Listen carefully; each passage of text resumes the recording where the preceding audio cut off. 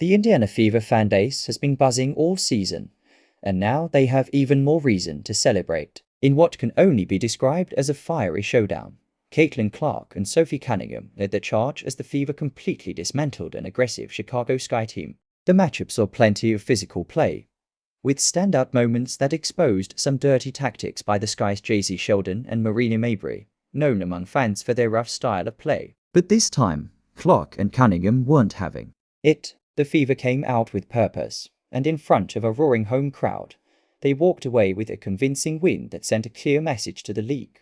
Indiana Fever is no one's punching bag. From the opening tip, you could tell this was going to be a battle. Clark was locked in from the jump, running the offense with precision and attacking the basket aggressively. Sophie Cunningham, known for her toughness and grit, matched that intensity on the defensive end, chasing down loose balls and making her presence felt in every way. The Fever's game plan was clear: take it straight to the Sky.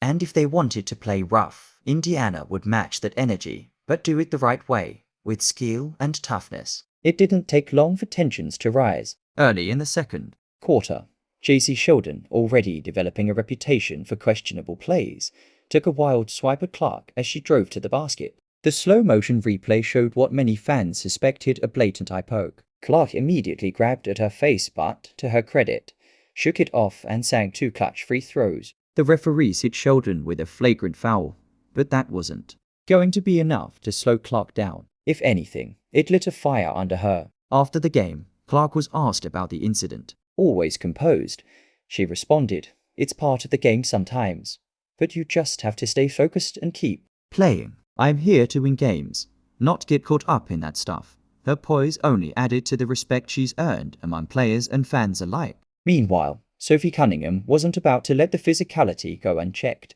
On the very next possession, Marina Mabrey tried her own version of rough play, giving a hard shove as Cunningham fought through a screen. But Sophie, known for standing her ground, immediately turned up the intensity. She responded not with retaliation, but with lockdown defense and back-to-back hustle plays that completely frustrated Mabrey. You could see it. Marina started to lose her cool, picking up 2 quick fouls and getting visibly rattled. The Fever fed off this energy. The third quarter became a masterclass in team basketball. Clark was unstoppable, hitting deep threes that sent the crowd into a frenzy and dishing out no-look passes that left the Sky defense scrambling. Her court vision was simply next level, and with each possession, it seemed her confidence only grew. Cunningham, for her part, continued to be the enforcer Indiana needed, taking charges and diving on the floor. Her leadership was evident. She set the tone for the whole team. The rest of the Fever roster followed suit. Nelissa Smith dominated the paint, grabbing offensive boards and converting tough buckets inside. Kelsey Mitchell provided her usual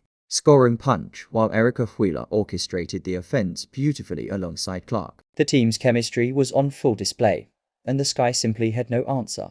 As the game wore on, the Sky grew increasingly desperate. Another hard foul by Mabrey midway through the fourth quarter only fueled the Fever more. Cunningham stepped in to back up her teammate, calmly but firmly letting Mabrey know that those antics wouldn't fly here. The referees issued a technical foul to Marina, and the Fever took full advantage, extending their lead with free throws and a barrage of baskets. When the final buzzer sounded, the Fever had secured a dominant win, much to the delight of their fans. Clark led all scorers, finishing with another jaw-dropping stat line that included 28 points, 9 assists, and 6 rebounds. Cunningham chipped in with 12 points, 7 rebounds, and countless intangible contributions that don't always show up on the stat sheet, but were critical to the team's success. After the game, Sophie Cunningham spoke candidly about the team's mindset. "We're not going to be bullied. We play hard, we play fair, but we're going to stand up for each other. That's what this team is about."